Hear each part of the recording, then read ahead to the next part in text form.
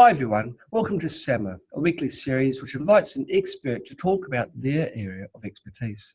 Today we are very lucky to have Dr. Lauren Tessier to talk about mold and mycotoxins.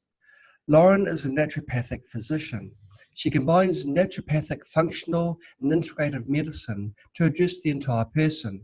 She is a shoemaker certified physician specializing in the treatment of chronic inflammatory response syndrome, also known as CIRS, which results from exposure to water-damaged buildings.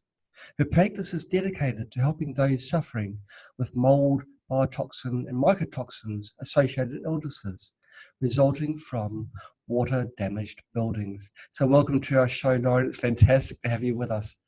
Thank you for having me, John, and hello, everyone. Okay, well, I'm going to go right to the heart of it, Lauren, and ask you, why did you decide to specialize in molds? Why did you gravitate towards molds?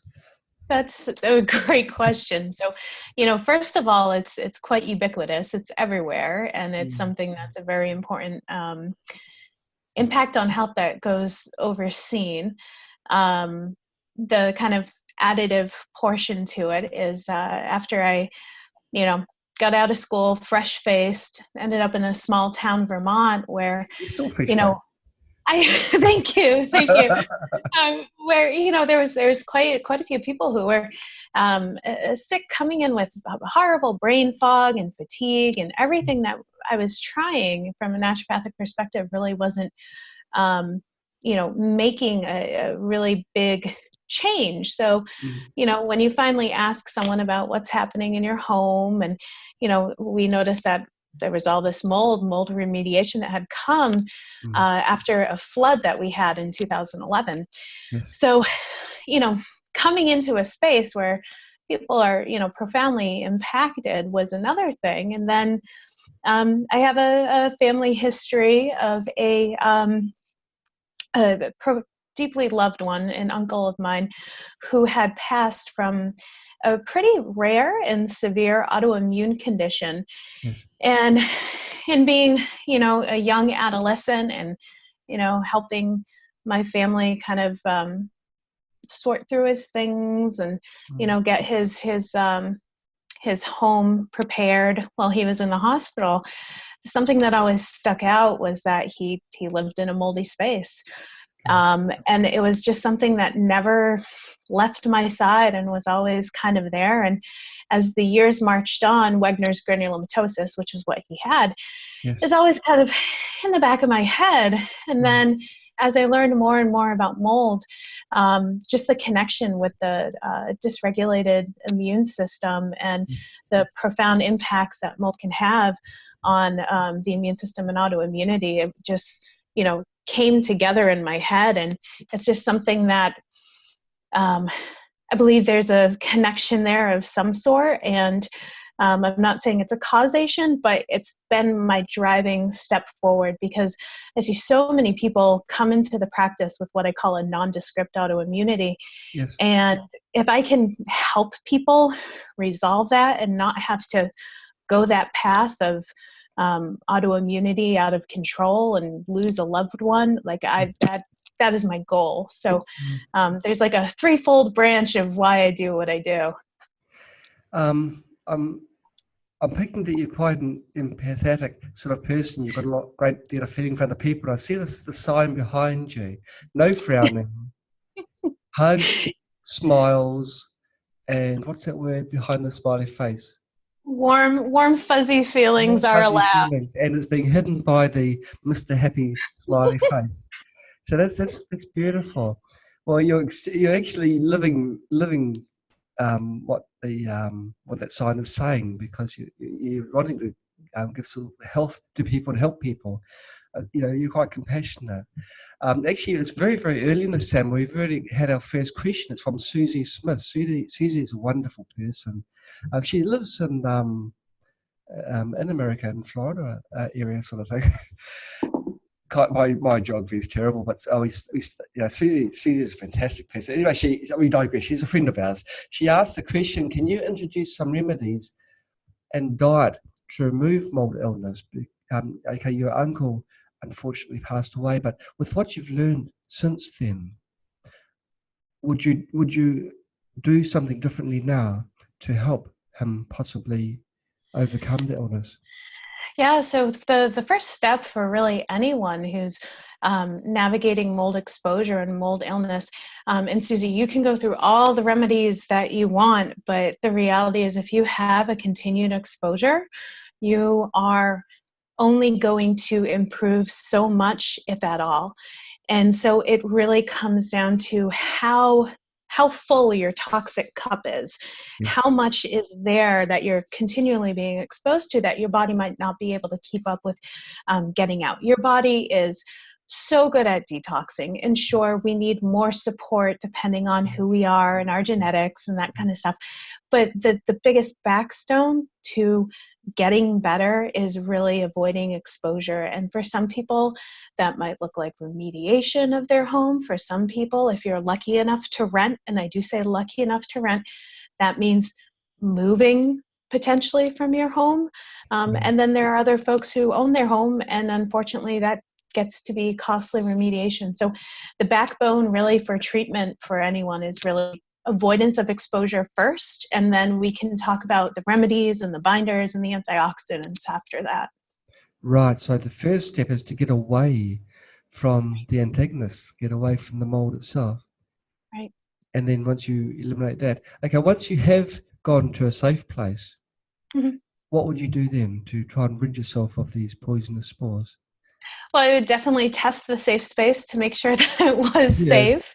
You Right. know, that's definitely, you always want to ensure that for yourself. And we do that through something called the ERMI, which is a dust test, also known as the Environmental Relative Moldiness Index.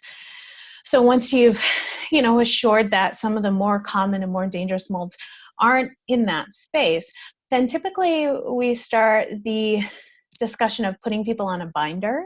Yes. Um, and we start the discussion of using antioxidants like glutathione and these things. That's really the backbone for treatment, but the reality is a lot of people, when they're navigating mold illness, are far sicker than expected. And putting them on a binder right out of the gate can really upset their system.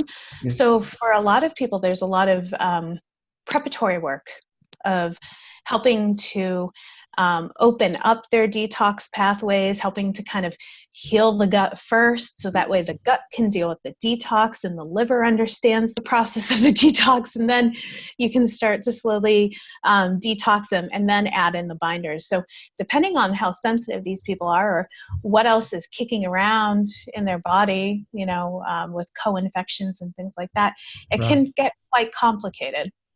Yes. Yes. Is there anything that could actively kill any mold spores that are around That, the body that's yeah, toxic to your body? yeah, that's a good question. So I'm a little bit more of a purist when it comes to this. I Yes. get very cautious and protective with regards to my clients with really big claims for, people will say, oh, spray this in the air and it Yes. kills mold, or Yes. we have to navigate that very cautiously. So when it comes to maybe things that are in your environment, first and foremost, we always want to physically remove visible mold, so through remediation. So for some folks, that might mean cutting out the piece of drywall that does have the mold growth on it. Yes. Um, but when it comes to killing the spores in a space, I tend to err on the side of using um, some type of photochemical or photoelectric oxidation, like purifying unit. Um, and the reason why is rather than using an air filter that's going to kind of hold on to things and catch them like a net, uh, these purifiers that have essentially a emitting light source that helps to degrade those strong bonds in the mycotoxins, and also to help degrade the spores. Um, they actually do the service of breaking down and killing the spores themselves. So, when you're working on killing a mold in an area, I tend to go a little bit more high tech, and I might suggest a purifier, but so long as remediation is firstly taken care of. Yes, yes. Just how dangerous is household mold? Like everyone knows that it's not very good for your health, and you've talked about your uncle. Um, is common household mold as dangerous as that? Well, there's a lot of different common household molds. In reference to that test I mentioned, the ERMI, that looks at the most common 36 molds that are found in households across the U.S. Gosh, 36 different types. Yep. And it might vary from, China to England to, New Zealand. So at least the ones within the home on an ERMI, those are the ones that we know can have some type of detrimental human health impacts. And of those, the most concerning ones tend to be your Stachybotrys, or your really popular black mold. That is the black mold. Wallemia is another concerning one, Cladosporium, Chaetomium, and quite a few of the Aspergillus and Penicillium. So some of these molds, we have to ask, why are they dangerous? Quite a few of them do produce mycotoxins, and we can talk a little bit later on about what those are. Sure. And some of them are actually agents of infection in the human body. So, one might secrete a toxin, and the other might do really well trying to colonize your sinuses or, infect your lungs even. So it really depends on how the mold gets into the system, what it does in the system, and how healthy you are to tolerate it. If you walk into a house and you can't smell mold, does that mean there's no spores in the air? That's a really good question. That's a really good question. So usually the smell that we're catching is what we call an MVOC, microbial volatile organic compound. Right. So a gas that's kind of hitting up against our nose, letting us know there's something there. First and foremost, not everyone has the best sense of smell. Secondarily, there's not always molds that are going to secrete that. And I'm not aware about certain mycotoxins smelling a certain way. But yeah, there can still potentially be mold in a space, even if you don't smell it.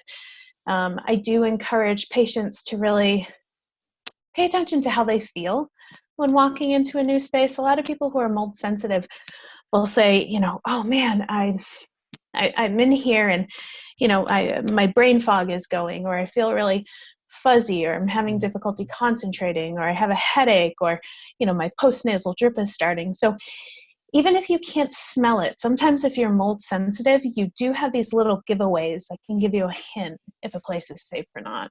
Right. And sometimes the smell is very strong. I've been walking through a neighborhood and smelled it it's everywhere, which brings me to this next question. If you are walking past a house which is quite severely moldy and you can smell it, if you can smell mold, is it a danger? Even if you're just walking on the sidewalk, do you have to hold your breath and just? I like being cautious with people. I think there's too many risks in life to be dogmatic and to over alarm people about inherent risks. We could say the same thing about walking past a gas station, and smelling gasoline. You don't rush past gas stations then, I take it. I certainly don't take my time, but that's just me then. Yeah. One of those things where everything in life has an inherent risk, and you really need to kind of be aware of kind of what you're willing to sacrifice and how stressed you're really going to make yourself about it. So maybe if you're walking by a home, sure, you pick up the pace, but if you're having to go into that home and dialogue with someone in there and sit there for a half an hour, then I think it's reasonable to really think, do I really want to go in here? Do I really want to expose myself? Right. We're live streaming on Facebook. Hi, Facebook. And many people that are watching will be wondering, well, how will I know if I have a mold illness? If I've got mold in my environment? What are the signs in my body? You've already mentioned possibly a runny nose. Are there other signs that you can give us that will make people aware? So I encourage people to also think about the different ways that mold can affect our body. Yes. And based on that, we can understand what our symptoms might be. Okay. So kind of as a visual, or not as a visual, we have a thought of allergies, Yes. true allergies, which we say are IgE mediated. So it's a certain type of antibody in the immune system, a subclass E that kind of controls all of these allergies. That's a true allergy, and that's going to look like asthma, sneezing, dry eyes, kind of sinus pain. And then we have mycotoxicoses. So myco, mold, toxicoses, the process of becoming toxic. We have a toxic impact, which I find looks more kind of neurological, sometimes has some, unfortunately, more severe consequences to it. Then we have what we call chronic inflammatory response syndrome, which is kind of the inflammation fallout after a mold exposure. And then the final way that mold can really impact us is through an active infection, an active fungal infection in the body. And so depending on how the mold is interacting with your body, our symptoms are going to look slightly different from one to the other. Okay. I guess if an illness is very slow in its onset, it'll be hard to pick it up. You can see a change, sudden changes, but if the change is very slow and insidious, and I'm picking that mold as the latter, where things can happen sometimes slowly over a period of time, health issues. Yeah, and that slow, insidious process can be really hard to grasp. That's why a lot of the folks that I see, they'll say, we'll sit down, we'll take a really long history, and I'll say, well, when did you start to feel nasty? And they'll say, well, it was in 2013, and then we'll finally kind of bring it together. We moved into the new house in Right. 2012. There was a water intrusion event in the middle of 2012. Then I started with a headache, and then maybe my libido fell off, and then, the brain fog really got worse. And then one day I couldn't feel the left side of my body. Like, it comes so insidious. You're absolutely right. So insidious and slow that it really takes teamwork between the provider and the patient to really pinpoint where the issue may have started. If someone's wanting to move to a house, are there things that they should look out for? Are there certain house designs which ring alarm bells to you, or certain areas, like don't live in this part of the States, or try if you do, then try and go in poles so you're off the ground? Are there things to look out for? How much time do we have? Oh, let's start walking down the path, and we'll deviate off it if we run out of time. Yeah. I think that I always say, look up, look up, look up, look up, look up. Look The up. first thing you do if you're looking for a space that you either want to tell if you want to live there, work there, rent there, whatever, look up, check the ceiling, see if there's stained ceiling tiles, see if there's paint separating from the ceiling, see if there's staining. Staining can look brown, yellow, gray. You might Yes. even see visual black mold. Mm. So looking and paying attention to that, paying attention to the floor, seeing if there's any kind of warping in any of the hardwood floors, or Right. seeing if like a carpet is excessively stained. On the walls, checking once again for that paint bubbling or even wallpaper peeling away. Checking around windows, anything that sits into the wall of a home, or kind of what we say breaches the exterior, you always want to check and make sure that that's really well sealed. Any type of if you put your hand up to it and you feel a temperature gradient between, the wall and really severely between the window, then you might have a nice hint that you have a draft coming in. And anywhere that we have big temperature gradients, we have the possibility of condensation happening. Right. Yeah, so those are kind of the big ones for like in living spaces. When you're peeking in bathrooms and kitchens, always check under the cupboards, always look at the piping, see what's there, see if the toilet tank is really sweating. The Because outside. sometimes, what was that? You mean the outside of that tank? Right, the outside of the tank. Sometimes, at least where I am in New England, we have a lot of wells that, they're dug wells that bring up water rather than being on like a main municipal system. And Okay. that water comes in really, really cold. And oftentimes in an older home, you don't heat the toilet water.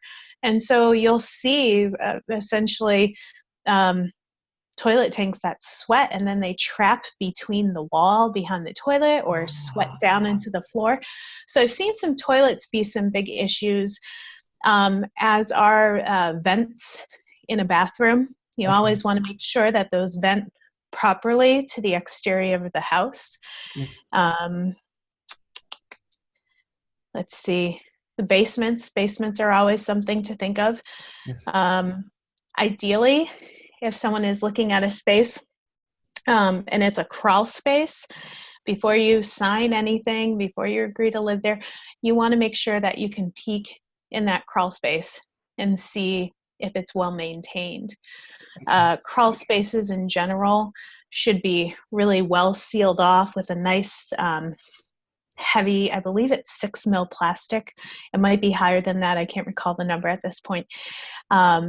Because crawl spaces are just absolutely notorious for having their own little special ecosystem, collecting condensation, collecting standing water, not breathing. And then if we run our house ventilation through there, through a colder area, it's possible that we get condensation in our heating ducts and our venting.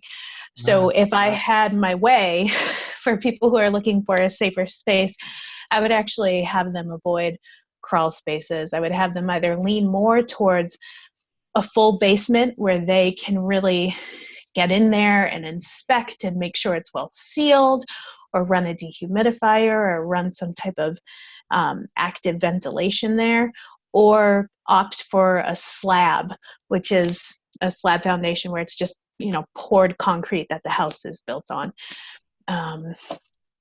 But even Roof? sorry. I was just No, going to say that even the slabs have got problems, haven't they? Because the concrete draws in the moisture from the ground. If you haven't sealed it off with some tar paper or some other. Right. And I think that that's the other thing is no house is going to be perfect. Okay. There'll be some that are pretty darn close, and others that are much, much further away from perfect than, you'd like to believe. Roofing is another big one.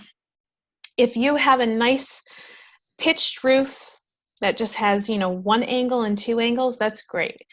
If you have a really fancy roof that has, the angle and then the angles over the different fancy windows, and there's lots of different lines to the roof, more lines invite the opportunity for more leaks for sure. Okay. We worry about skylights too. Skylights, anything that's going to kind of put a hole up through that roof, you probably want to avoid. So simple roofs, and you also want to stay away from a flat roof too. Flat roofs are notorious for holding and collecting water if their drains aren't appropriately maintained year round. Yes, and roofs have got a habit of being quite high, and so it's not something they're above eye level, one might say. So people don't often go up there to check the drains. Yeah, you got to be brave to do it. Or Sure. you got to have someone who's willing to do it for you. Yeah. Yeah. And at least in New England, or places where we get a lot of snow, snow or rain, I remind people, the way the water flows off of the house is really important. And that includes snow too. So we always want to make sure if you do have gutters that they are cleaned out seasonally, or else we get ice damming, or, big, huge icicles that end up just kind of slowly leaking into the interior Oh, God, eighth of the house. Yep. lovely. Yeah, wonderful. So, there's so much that people can really learn about how to kind of look for what might be signs of mold issues, or how to best prevent mold issues in a home. And at my website, Life After Mold, there's a nice little pop-up there, and there's a mold prevention 101 booklet that people can just type in their email address and then download that booklet. And it kind of gives a nice lay of the land of everything that I've just talked about. Great, great. I guess it's important to buy a house that gets lots of sunshine, nice, Yeah. warmer Mm-hmm. environment, so it's not so cold inside. Right. Okay. Now, mycotoxins, you promised to tell us about them. Yeah. Now's a fantastic time to roll that onto the table. Sure. So go ahead. Oh, Ask no, away. myco, you taught us myco is mold, toxins being toxins, so it's the toxins from the mold. Mm-hmm. If you could explain why they're so bad. Sure. So mycotoxins are really, really, really small molecules. We call them low molecular weight. And because they're so small, and because they're mostly nonpolar, or what we say, they're in a ring structure, if there's any chemistry nerds out there, they pass really easily through fat-soluble structures. And the outside of our cells have our fatty membrane, right? Yes. Our nervous system and our nerves have that fatty membrane, our myelin sheath. So we find that mycotoxins have this phenomenal means by which to move in and out through the different compartments of the body. And because they're so small, they really like getting in there and hanging in there for a while.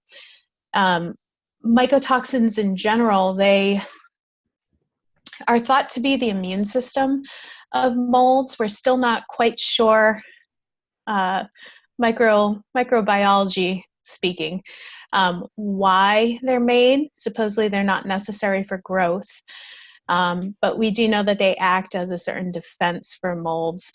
And in particular, we think that they might be something called a virulence factor, Yes. where they kind of allow themselves to secrete this toxin and kind of kill off any of the competing cells around them, including other molds, bacterias. And in doing so, they get to settle into this nice little niche where they're not being competed against. So we actually think that mycotoxins might act as a virulence factor for aspergillus infections, maybe in the lungs or things like that.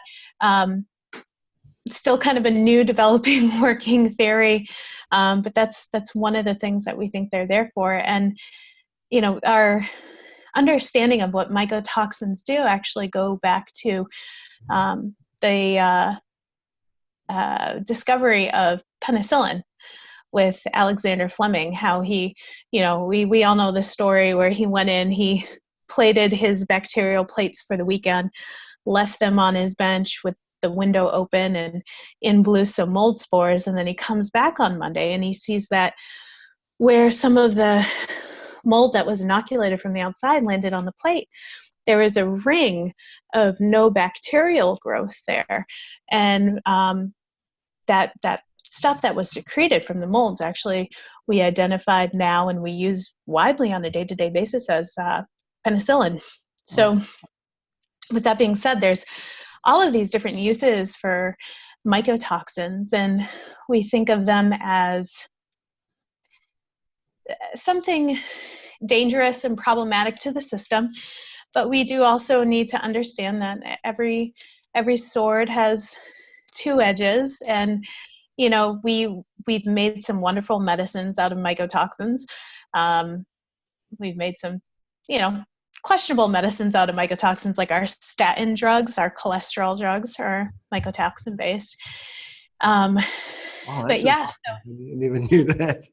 yeah, and there's a huge list of drugs that we source these things from. But in general, with mycotoxins, I think that on record, there's about 20,000 to 300,000 in theory, and that's a really big, wide amount that could be in existence. And then I think since 1983, about 3,200 had been identified. And then when we start to talk about human health and what walks into my office, or maybe some of your listeners, what concerns they have about mycotoxins, those health-oriented mycotoxins really start to distill down to maybe like 10 to 15 that are most commonly known. So we have this huge amount that might actually exist, but then we only have this working small number that we really pay mind to. Right. Well, you've described a little bit earlier the tests you can do for detecting mold. Are there tests you can use? It's a huge glass, by the way. You're expecting a long talk, weren't you? Is there a test you can do for mycotoxins in the body? Yes.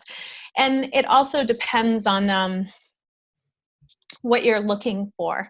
So in the US, there are two major tests, although I do believe that there's maybe one or two more in development for looking in the body. One in particular uses something called an ELISA method, which is where we take antibodies produced by the immune system, and we use them, depending on what mycotoxins they attach to identify the presence of mycotoxins in a tissue or in a urine sample.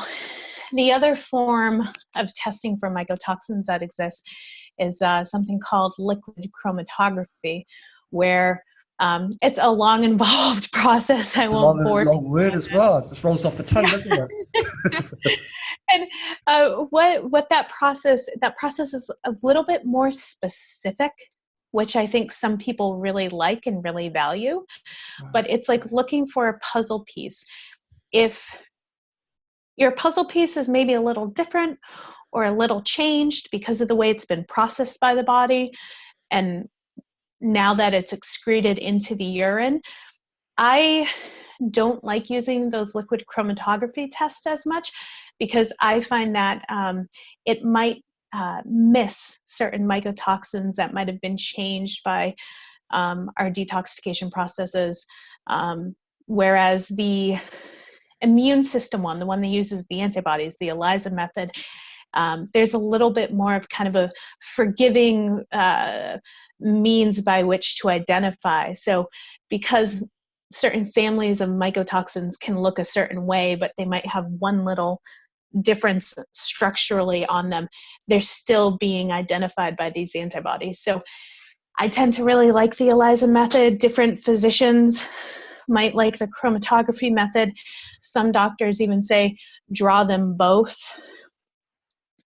You know, I think that finding a positivity on either one of these tests at least lets you know that there's an issue and it needs to be addressed. So, you know, no matter the way that you want to order them, it's really up to you or your provider.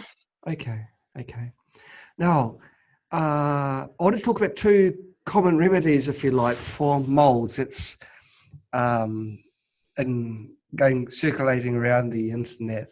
One of them is ozone treatment, basically shutting off all your windows, doors, keeping all your plants, cats, humanoids, everybody out.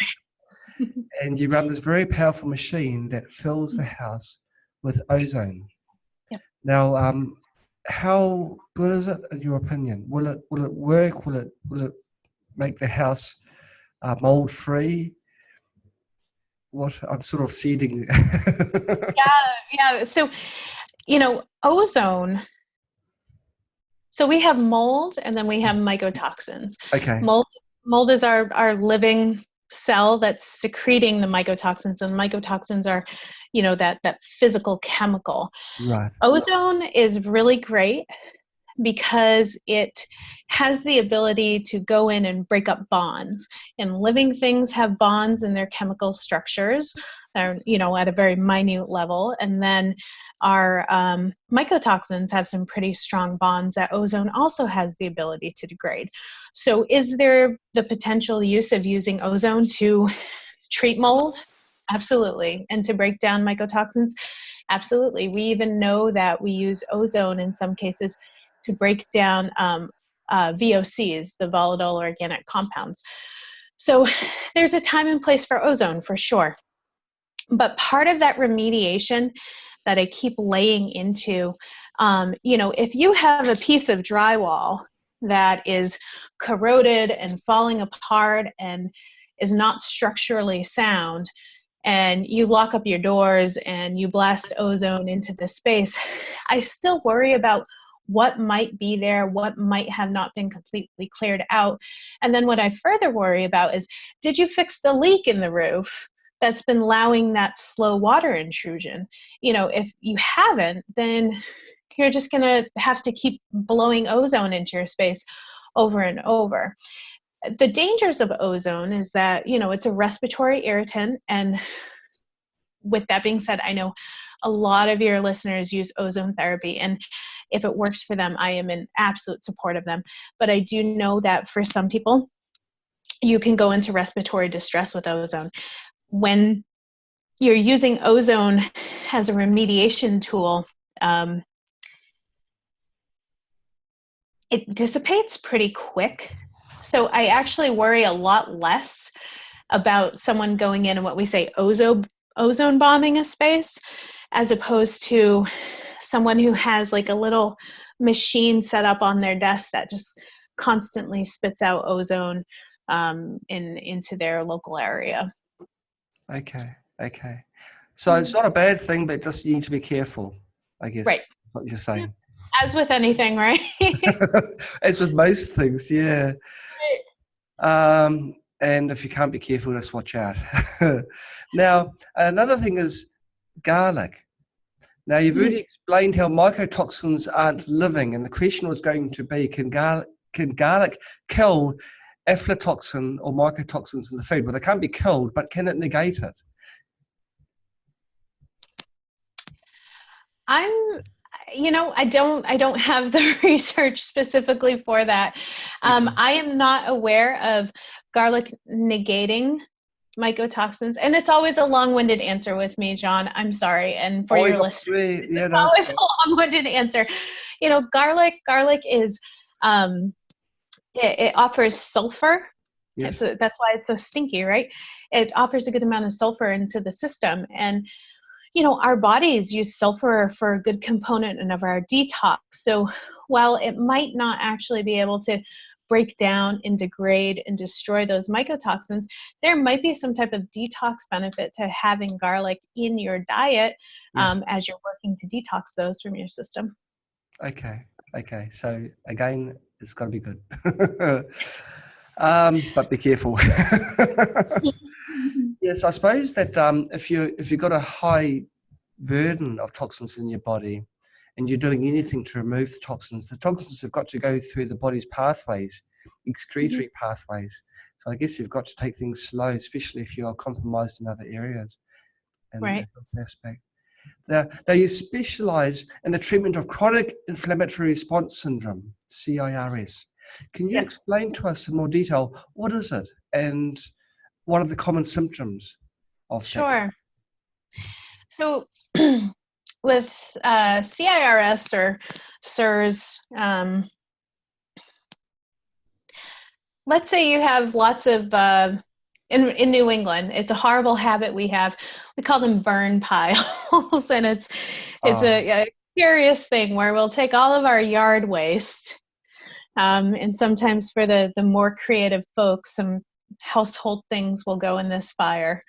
And we'll have these big bonfires to burn things and get rid of. What ends up happening is we usually need to put an accelerant on it. So people will put maybe like a gasoline or something to start the fire. If you think about starting a fire in the system, and having an accelerant, it's not too far off from CIRS. So when I think of CIRS, I think of mycotoxins being the gasoline, the accelerant that really starts the fire and gets it kind of up and going.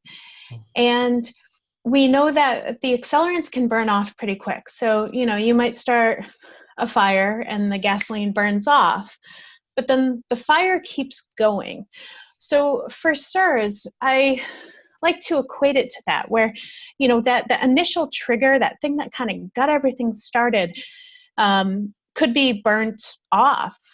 And the result, that fire, that inflammation that keeps going in the body, that's literally the chronic inflammatory response syndrome. So the perturbing thing doesn't have to be there any longer. And so when we think of what really entails chronic inflammatory response syndromes, the inflammation is really the key, the out of control inflammation. And inflammation is something that our body needs. It's how we fight infections. It's how we signal that our body's in distress. We need these things. We've evolved with these things, but at some point they should turn off. They should power down. We should go back to a status quo. But for these folks, their fire just keeps burning, and it can manifest in quite a few different ways. And the problem is it can look like so many other things out there. It can look like so many other things. When folks come into me, the biggest signs of CIRS is typically fatigue, brain fog, cognitive complaints. And so some of these cognitive complaints is trouble learning new things, trouble recalling things, difficulty with word finding, like, oh, can you hand me the thing over there? Or you can't remember some of these words. And then it goes into some of the more neurological concerns of like tingling, shooting, stabbing pains. And then we go into GI stuff with maybe even diarrhea and constipation. And then, of course, we get the respiratory stuff of, congestion, cough. And when you sit down with someone who has CIRS and you actually go through the things in their body that are their biggest complaints, they are just checking the boxes for every system in the body, for the GI system, for the nervous system, for the respiratory system, even for, some of the cardiac symptoms. In fact, some of these folks really suffer from POTS, or the postural orthostatic syndrome, where, depending on if they're lying flat or standing up, their blood pressure changes and their heart rate changes. So these folks will typically go into a doctor's office and they'll say, I have this, and their doctor is totally taken back. They're how could all of these things exist in your system? How could this all be happening at the same time? And the reality is, it's the inflammation that's just run amok throughout the entire body, so that it's multi-system, so lots of different systems in the body, and multi-symptom. And, that's how these people present. Like, they present almost as, I hate to say it, but, what looks like a medical impossibility to some physicians, Sure. So the regular physicians, if there is such a person, what would they do in that situation? Would they just issue some antibiotics and tell them to go home and find a dark corner somewhere and just rest it off? What do they have the understanding that you do? Some doctors will try to piecemeal it piece by piece and say, let's look at this symptom, let's look at this symptom, and they'll try to apply themselves and really work for the patient, which can't be frowned upon. For other doctors, they'll put the patient on an antidepressant because they can't possibly believe that, one disease state can cause all these issues. And I see that more often than not. Gosh, the body's screaming for help, and right. the doctor gives earmuffs. Yeah. Yep. That's the way the body communicates. Oh gosh, it's amazing. Now, is there a test you can do for CIRS that is proof positive you have got a chronic inflammatory response in your body. Yeah, the danger there is proof positive. So there is some sticky nomenclature around chronic inflammatory response syndrome. Yes. So typically, I think we need to start with the concept of what is diagnosable and what is not. Okay. If you go into a doctor's office and you have high blood pressure, there's what we call a diagnosis code, an ICD-10 code, which means that this is a diagnosable condition. It has a name, it has a way it's diagnosed, it has a way it's treated, and it exists in all the medical paradigms that are international throughout the world. Something like chronic inflammatory response syndrome does not have a diagnosis code. And so it also makes giving someone that diagnosis code very difficult. And then when we also don't have a specific code for an illness, the same way we don't actually have a code for chronic Lyme disease, let that sink in. That's why so many people are underserved when it comes to Lyme disease. When we don't have representation of a disease, it's also very difficult to have the tools to diagnose and the tools to treat. So when you're navigating chronic inflammatory response syndrome, there are a handful of tests that you can use to say, are these representative of the inflammation that we would see in this syndrome? And unfortunately, it's like a constellation. And of that constellation of positive tests, you really only maybe need, 3 or 4 of those tests to be considered to have chronic inflammatory response syndrome. So to go down through the list, we have something called C3A, we have something called C4A, we have MMP9, we have MSH, we have VIP. It's starting to sound like alphabet soup, but the reality is, and the VIP all of sounds those, quite important. right? Yes, absolutely.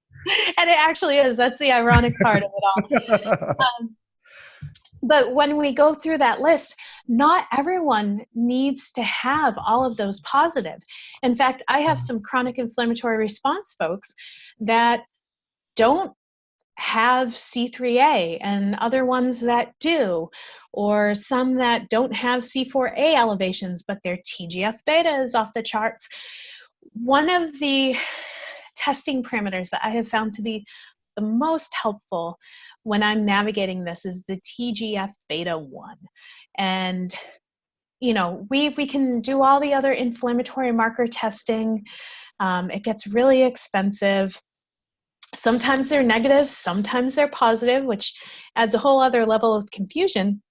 But with TGF-beta, the reason why I like working with it is it tells us about your T cells in your immune system, these little guys specifically called your T regulatory cells, and how just functional they are. And you want them to be regulators. You want them to go in and keep a tight control over you either going too autoimmune or too allergic in your reaction. And so by seeing what your TGF-beta is doing, you can really have a grasp of just how well controlled and well behaved your immune system is. So, there's lots of different markers that you can run for CIRS. Not all of them are going to be positive. Not all of them are going to be negative. But if there's one that I really, really love for folks, it's the TGF-beta 1. It sounds like there's a bit of an overlap between those tests and testing for Lyme. Like if someone's got, and so it must be very hard. Is there a commonality between the two, in your opinion? Testing-wise or symptom-wise? Symptom-wise and possible cause-wise.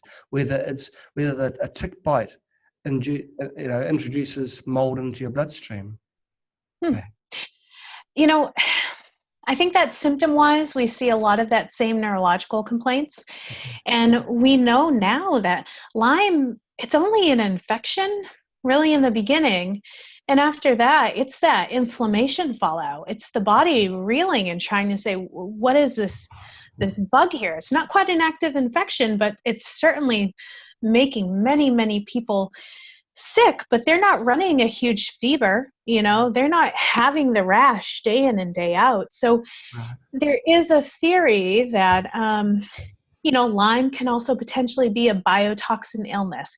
That's kind of what we call CIRS too. It's another phrase for it, is biotoxin illness. I have yet to be aware if a tick bite can kind of introduce mold Okay. into someone's body. But, we certainly know that ticks and insects are vectors for viruses and bacteria and spirochetes. So I'm just not clear about that. Right. With the discussion today, one thing that really has struck me is, mold is common. Mold is prevalent everywhere. And B, it's astounding that there's no regular testing for the mycotoxins, which the mold for just about every state in America, there'll be moldy houses, as an example. People who live in them almost certainly will become sick, and almost certainly over a period of time. They go to a doctor, and there's no regular testing procedure or method of testing. Go from this test to this test to this test, as you do with other illnesses. But it's so common. I find it hard to believe. So hard to believe. And there's always curiosity about what the motivation is behind there. I have concerns that if mold is recognized to be as far-reaching as I know it to be, as I believe it to be, I really think that we would just have an absolute pandemic on our hands. I think that we are aware of how dangerous mold is. The research with mold and mycotoxins really started in the 1940s in the agricultural industry and in the zoological, where we're the last. The reason why though is because there's money in agriculture. We need to keep our livestock safe and healthy, and we need to keep our food system profitable. So of course we're going to do everything within our power to do that. And so, unfortunately, the human race has come second to that. And yeah, I worry about just how far-reaching that mold illness really is. And I also worry about the implications, And do we hit a point where, do we link atherosclerosis and that chronic inflammation of our blood vessels to chronic mold exposure? I don't know.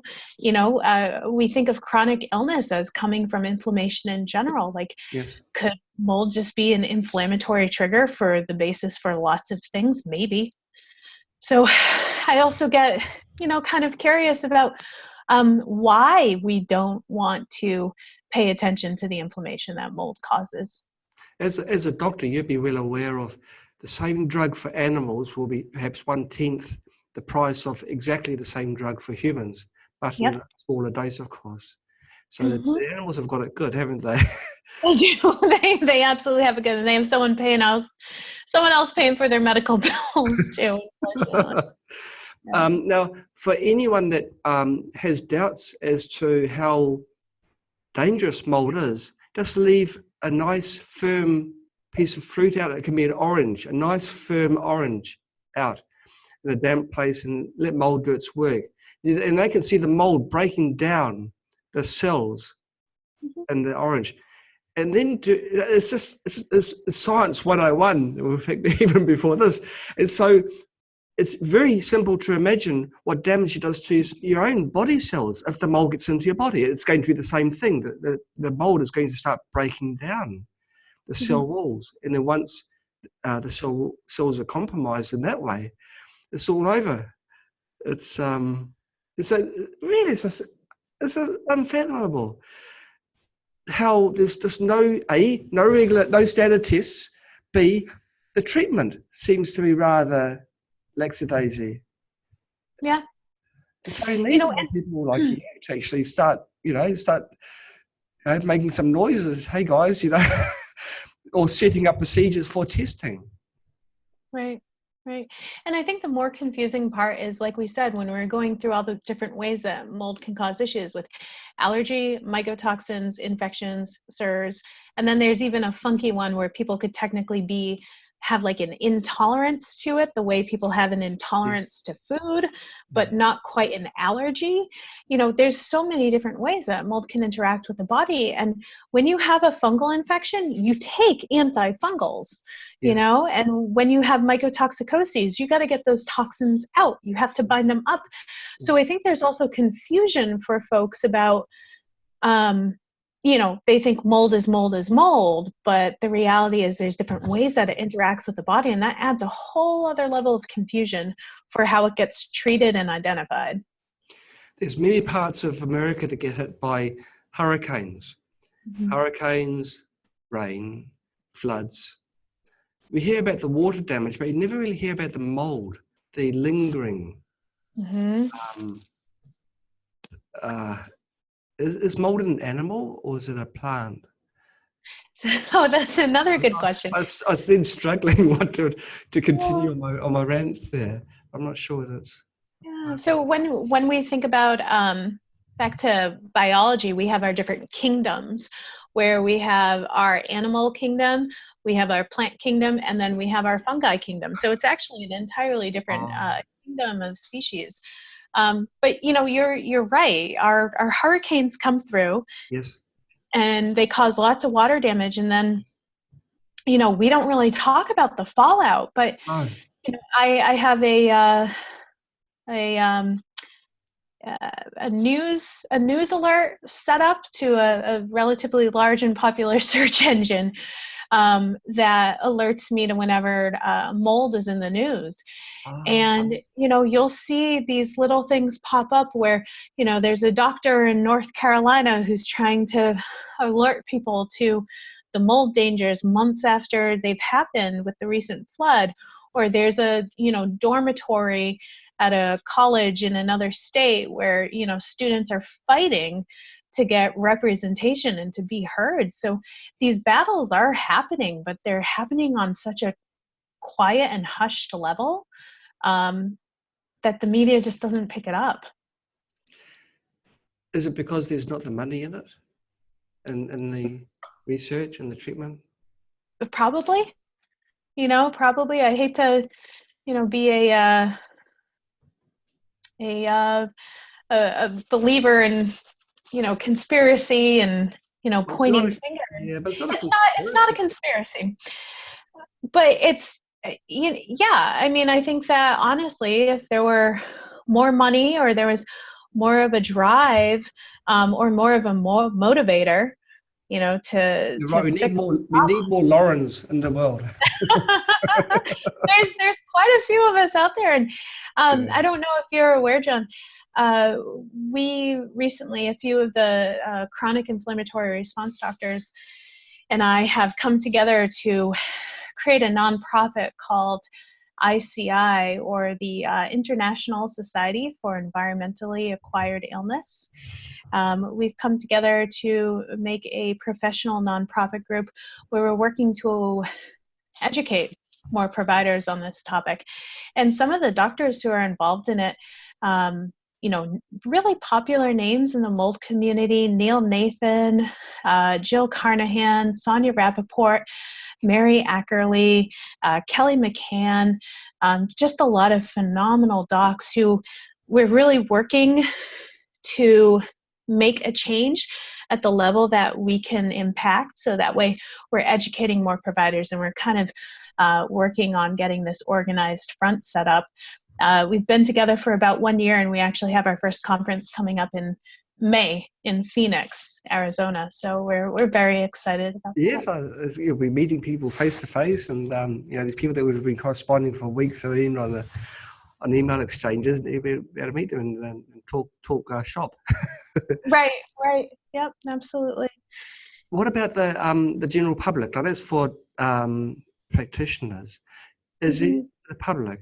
Because what I'm seeing now is, in today's world, for someone to really get well, they've got to become their own doctor. And so do people have resources as well that they can use? There is a part of the website that is frequently asked questions that we're working on kind of building out and offering that to folks. I believe just because we're understanding what we are and navigating this process, the first conference will be closed and will be for providers, but we encourage patients to tell their doctors about that. If their doctors seem interested, come and get the training. Right. So that way they can help more folks. But, when I think about what's out there, there's so many great blogs out there that have been managed by people who have also navigated these mold waters before. And of course, it's so late here. Some of them are escaping me right now. But Biotoxin Journey, I believe, is one of them. Health Rising, I believe, is another one.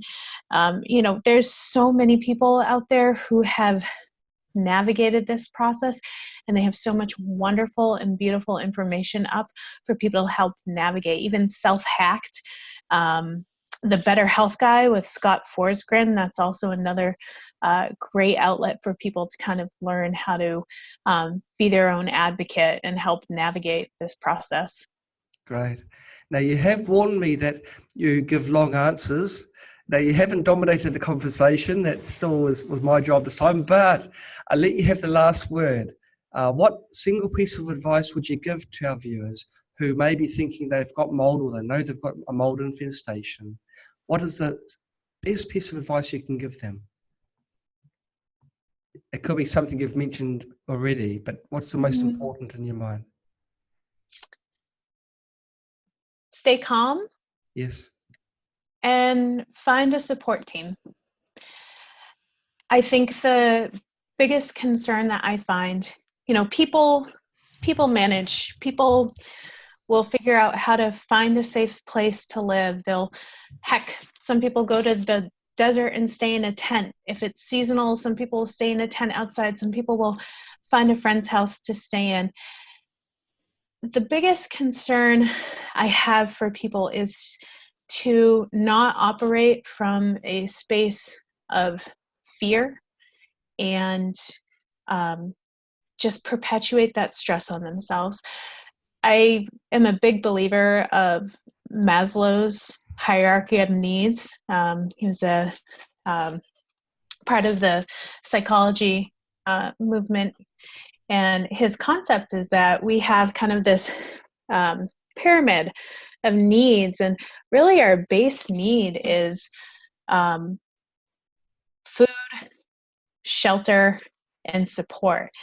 And there's something to be said when you shake that foundation for someone, all of the other things, their social interactions, their work, their money, all the things that get stacked on top of those really basic needs, just get shook to their core. And there's so many people who are scared or alone, or heck, even their spouse doesn't believe them or their family doesn't believe them. And that happens, and it's real. And if that's happening to you, find a community, find someone who believes you, find someone who supports you, and use the strength that you guys can develop together to navigate what you're going through. Because as soon as you hit that point where you feel helpless and you feel lost, and that is so hard to pull out of. It is so hard to pull out of. So I just ask that when there is an issue and you're thinking that it could be an issue, really work to find your support team and find strength in yourself and know that it will be okay and you will figure it out. Fantastic advice. Dr. Lauren Tessier, thank you so much for coming onto our show. You've taught us so much. And now our viewers can become proactive. Yes. And part of looking after themselves. Thank you once again. Thank you so much. And goodbye to Facebook viewers. Bye, everybody. Thank you.